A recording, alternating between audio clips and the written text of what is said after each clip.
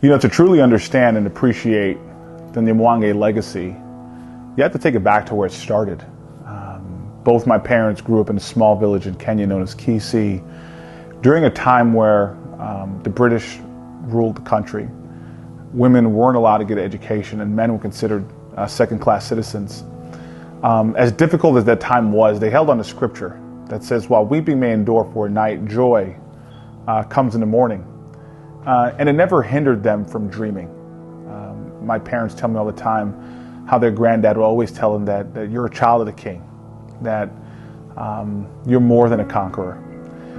And at time, as difficult as it was, they continued to dream, obviously. You know, dream meant reality. When my dad won a lottery to come to the United States of America at age 19, he had nothing from a resource standpoint, but what he did have was faith in the Lord. And he believed with some of the intangibles, the grit, the courage, and the faith that in this great United States of America, you can do much.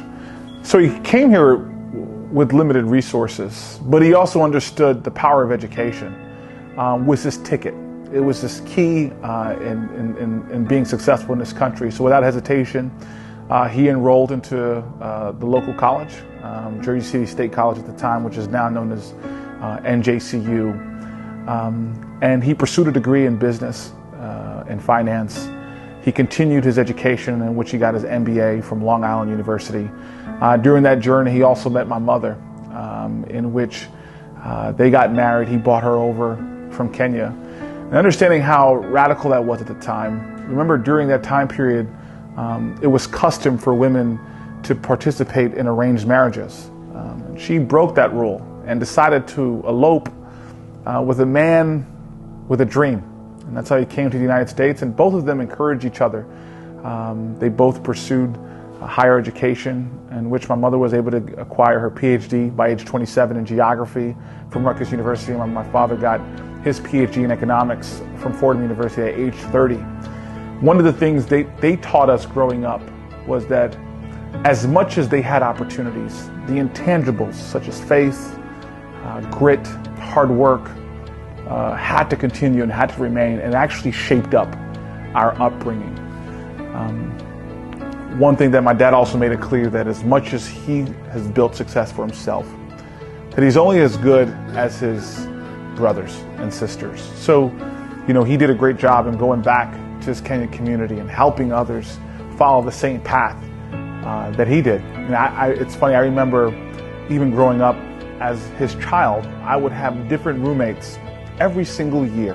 And it was just this idea that, Joseph, you know what, as much as you had it good, someone else has it worse.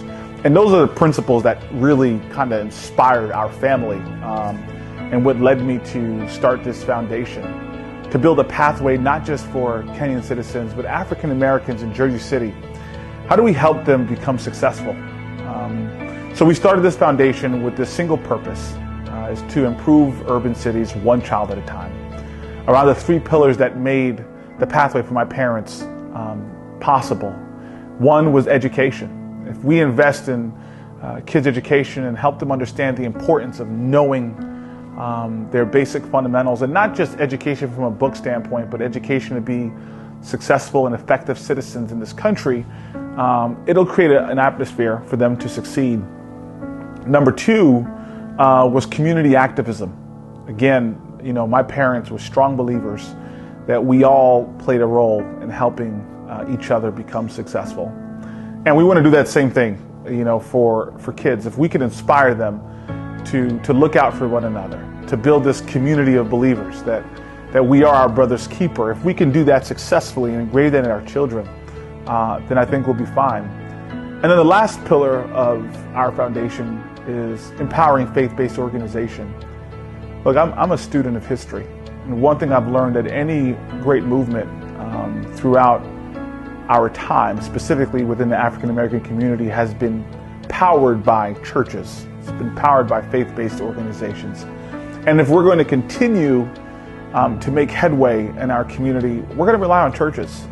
And there's a reason why I made that as one of the key pillars. So we're going to continue to empower them both resources, time and financially, and rely on organizations such as synagogues and churches to work together so we can make an impact in our community.